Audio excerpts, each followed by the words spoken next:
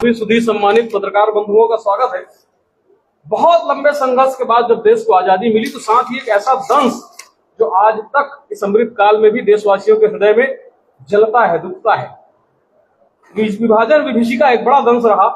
इस विषय इसके संयोजक श्री अनुराग सिंहदेव जी आज आपके सबके सामने पत्रकार वार्ता रखने के लिए उपस्थित हुए हैं। साथ में है भारतीय जनता पार्टी शहर जिला के जिलाध्यक्ष श्री जयंती भाई पटेल जी।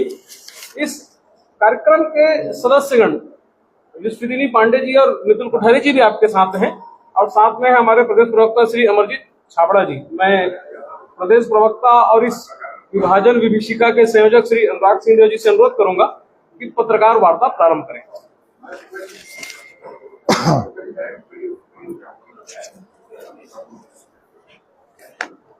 राजधानी के उपस्थित हमारे लोकतंत्र के चौथे स्तंभ के सभी सम्मानित प्रहरी बंधु, विशेष रूप से हमारे प्रिंट और इलेक्ट्रॉनिक और वेब मीडिया के सभी सम्मानित साथीगण, आज मेरे साथ इस वार्ता में उपस्थित रायपुर शहर जिले के अध्यक्ष श्री जयंती भाई पटेल जी, हमारे प्रदेश में मीडिया का काम देखने वाले श्री अनुराग जी, और भारतीय जनता पार्टी ने एक टोली बनाई है स्टेट की।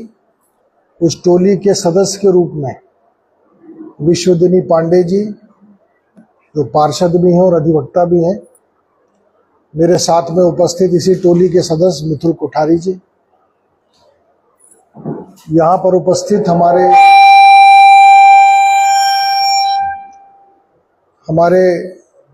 इस कार्यक्रम के लिए रायपुर के संयोजक प्रवक्ता भाई अमरजीत छाबड़ा जी, तुषार जी। आज हम सब लोग एक ऐसे विषय को छूने जा रहे हैं जो भिज्ञ तो है, सब लोग जानते हैं, अनुभव करते हैं, लेकिन ये विषय जिस प्रकार से आम जन समाज में आना चाहिए, कहीं न कहीं उस पर हम थोड़ा कम हैं। और इसीलिए भारतीय जनता पार्टी ने 15 अगस्त से पूर्व 14 अगस्त की जो तिथि है, विभाजन विभीषिका, इसको लेकर पूरे देश में एक बड़ा आयोजन करने का निर्णय किया है। पहले भी हम ये कार्यक्रम निरंतर करते आ रहे हैं। इस कार्यक्रम में एक तो एग्जीबिशन लगाना है भारतीय जनता पार्टी के कार्यकर्ताओं को, जिसमें इस विभाजन की विभीषिका के जो पुराने चित्र हैं वो कहीं ना कहीं हम जो हमारे पास मीडिया के माध्यम से हैं या अन्य माध्यम से मौजूद है, उसके साथ साथ लोकल स्तर पर भी ऐसे परिवार जो इस पार्टीशन से पीड़ित थे, उनके पास भी कोई दुर्लभ तस्वीर है, उस तस्वीर को भी इस हम प्रदर्शनी में स्थान देने वाले हैं। तो एक तो पूरे राज्य में एग्जीबिशन लगेगा इसको लेकर, और दूसरा इसी विषय पर सभी जिला मुख्यालय में और विधानसभा केंद्रों में संगोष्ठी का आयोजन भारतीय जनता पार्टी करने जा रही है। संगोष्ठी में समाज के सभी वर्ग आए, ये भारतीय जनता पार्टी का प्रयास है। और इसीलिए इस पूरे कार्यक्रम को हम लोग सिर्फ पॉलिटिकल प्लेटफॉर्म में नहीं, बल्कि एक सामाजिक प्लेटफॉर्म में आयोजित कर रहे हैं। विशेष रूप से अधिवक्ता, पत्रकार, बुद्धिजीवी, समाज सेवी, हमारे रिटायर्ड जो कर्मचारी बंधु हैं वो, एनसीसी एनएसएस के साथीगण, ऐसे अलग अलग वर्ग के लोगों को इस कार्यक्रम में आमंत्रित किया गया है। विभिन्न समाजों के प्रमुख, विशेष रूप से इस विभाजन से प्रताड़ित सिख समाज और सिंधी समाज के वरिष्ठगण इस कार्यक्रम में आमंत्रित किए गए हैं। पूरे राज्य में सभी जगह पर ऑडिटोरियम्स में ये कार्यक्रम हो रहे। रायपुर में भी ये कार्यक्रम कल आयोजित है।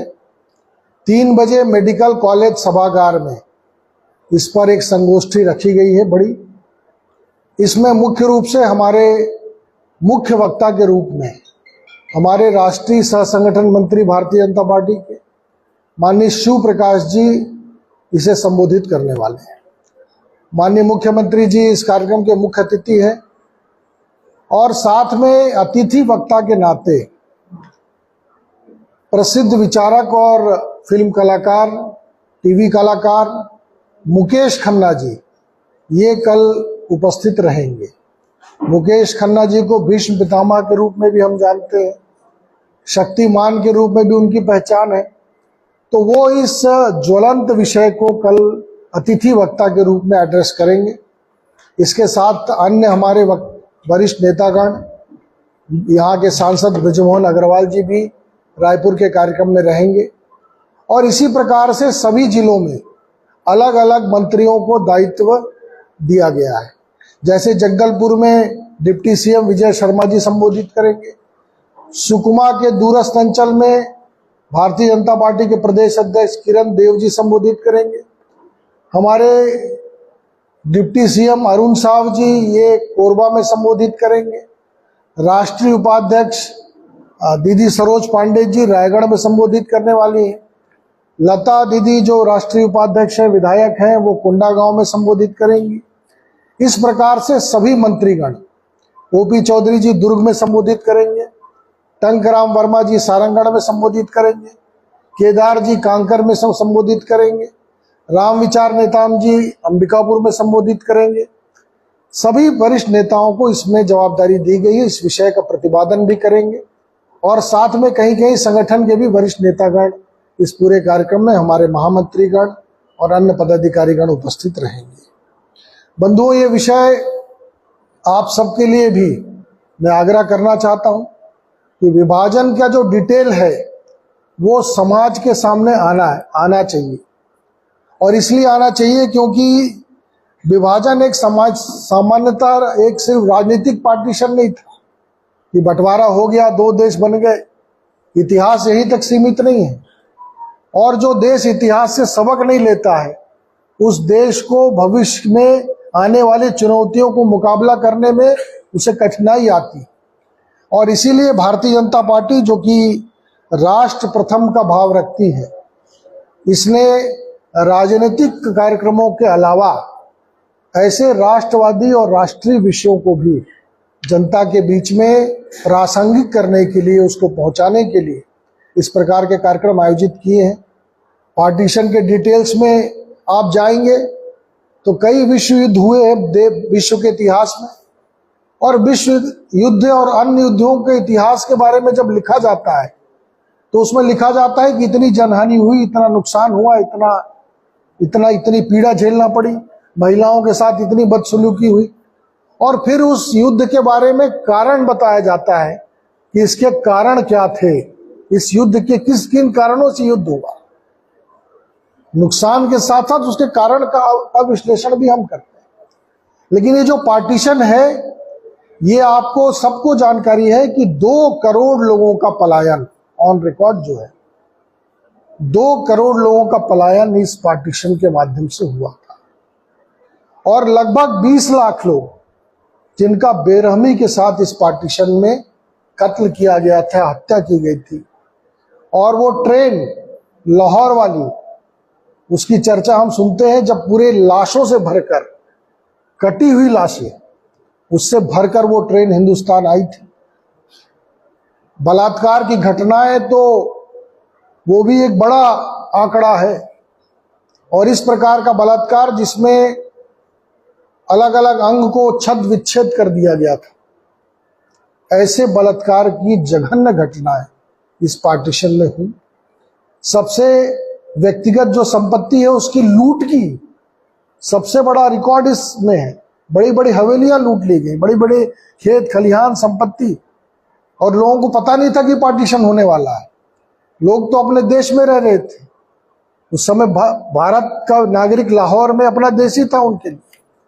भगत सिंह, सुखदेव, राजगुरु लाहौर की उसी धरती पर शहीद हुए थे और उसी मिट्टी को अपने मस्तक पर लगाकर उन्होंने सौगंध खाई थी कि इस देश को आजाद करेंगे, लेकिन उनके शहादत के बाद वही लाहौर जहां पर भगत सिंह जी ने अपने माथे पर चंदन लगाया था उस मिट्टी का, वो लाहौर भी भारत के हिस्से में नहीं रहा है।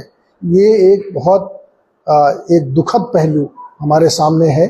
ये पलायन का बड़ा आंकड़ा, हत्या का बड़ा आंकड़ा, बलात्कार और इस प्रकार की जघन्य घटनाओं का बड़ा आंकड़ा, निजी संपत्तियों के लूटे जाने का बड़ा आंकड़ा, ये किसी विश्व युद्ध और किसी बड़े त्रासदी से कम नहीं है। और इसीलिए भारतीय जनता पार्टी ने इसे विभाजन विभीषिका नाम दिया है और इसकी स्मृति हर भारतवासी की, हर राष्ट्रभक्त के दिमाग में स्टोर होना चाहिए। और किसी भी बड़े युद्ध का कारण हम जानते हैं तो इस पार्टीशन का भी कारण जानना चाहिए, चाहे ये धार्मिक आधार पर हुआ था या राजनीतिक स्वार्थों के आधार पर हुआ था। ये सारे विश्लेषण उस परिचर्चा में हम रखेंगे और समाज को इसमें जागरूक करेंगे। यही इस कार्यक्रम का उद्देश्य है। और इसके बाद तिरंगा यात्रा के बारे में आपको जानकारी है ही है, उस पर मैं ज़्यादा नहीं बोलूँगा क्योंकि ये एजेंडा है। 14 तारीख का ये कार्यक्रम 3 तारीख को रायपुर में मेडिकल कॉलेज हॉल में है। आप भी सादर आमंत्रित हैं। मैं इतने ही कहना चाहता हूँ। बहुत बहुत धन्यवाद। आपके कोई प्रश्न होंगे पूछें।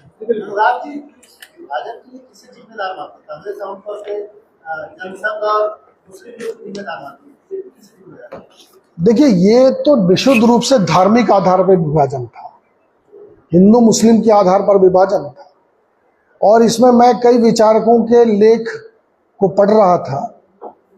डॉक्टर भीमराव अंबेडकर जी ने उसमें कहा था कि ये पार्टीशन यदि धार्मिक आधार पे है तो जब तक दोनों धर्म के लोग एक दूसरे में, जब यहाँ वो उस धर्म के लोग न रह जाए या वहाँ उस धर्म के लोग न रह जाए, तब तक मैं इस पार्टीशन को नहीं मानूंगा।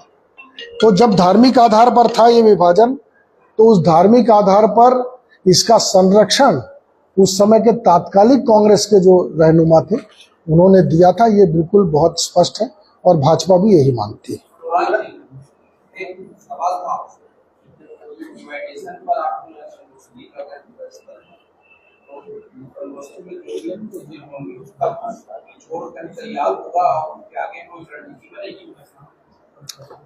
देखिए, ये मुझे लगता है कि